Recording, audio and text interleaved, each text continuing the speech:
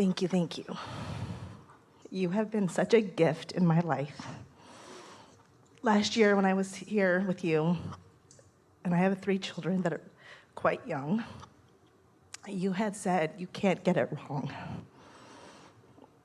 And for me, that just took Because off it's never done. all this pressure. It can be some place that you would like an improvement, but it's not wrong. It's in progress and it's good. So all year I've been working on not having judgment towards other parents who I apparently had this idea were doing things wrong. And realizing it all just came back to me in my own style of parenting. You must have found a lot of relief in that. It's like all this pressure. Yeah. It's hard to control the world. And I have these beautiful, strong, determined children who get to help me calibrate. So I'd like some clarity on parenting. Because on this journey of conscious parenting, I get a lot of contrast sometimes. Well, here's the thing. We can break it down to something that is a really simple approach. In your human parenting role, if you can be to your children as much as their inner being is to them and as much as your inner being is to you, you've got it.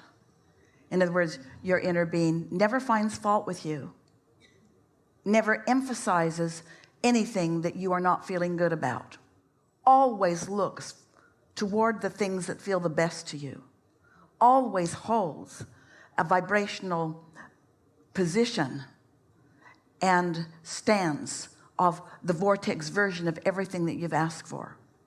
Your inner being never looks back at anything, never brings up old issues in order to support current malfunctions. See, that's interesting you brought that up.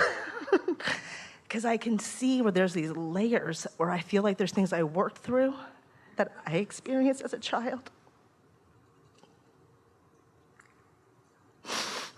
So I'm trying to hold this space where my kids, where I don't come from fear that they'll experience that pain. So this is what we were talking about earlier. Now let's stand in the position of your children. They hear you tell stories of your childhood, and then they see your point of attraction, or they believe the stories that you tell, and so then that's how you transfer your beliefs that aren't serving you to them. But every time you do that, you feel that. In other words, every time you feel that, you can feel the discord of that. Can you live in the present? In other words, because we get what you're saying. What you're saying is, sometimes my relationship with my children reminds me of me when I was a child. And we say, yeah, but now you're looking back. And you're not a child anymore.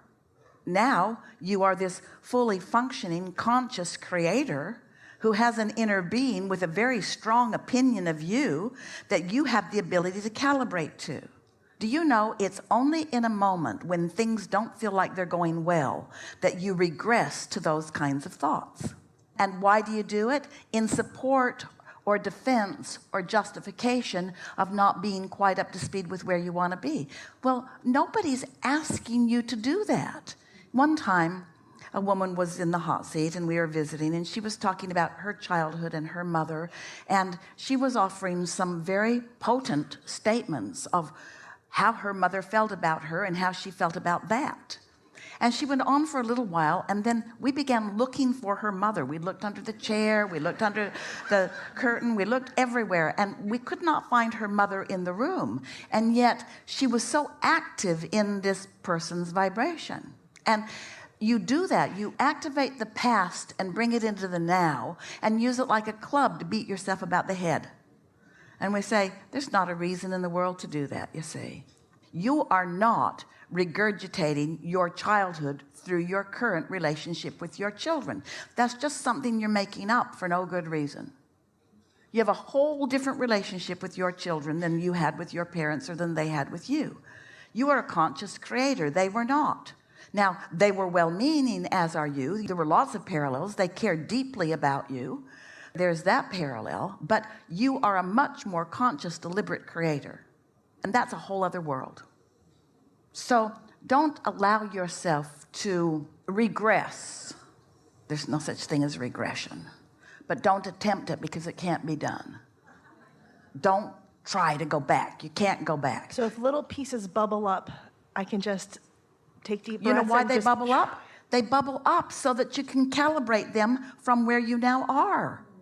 They bubble up because they're not accurate with who you are, but you want them to bubble up so that they can be recalibrated to who you now are. You want to love your past or not think about it. So here's the thing. Some of that past is hard not to think about it because, first of all, a lot of the people that were in the past are in the present, and they're telling those stories and things. We don't mean to. Yeah, we do. You've got no choice if you are to feel good other than to recalibrate the past. You can change the past from where you stand.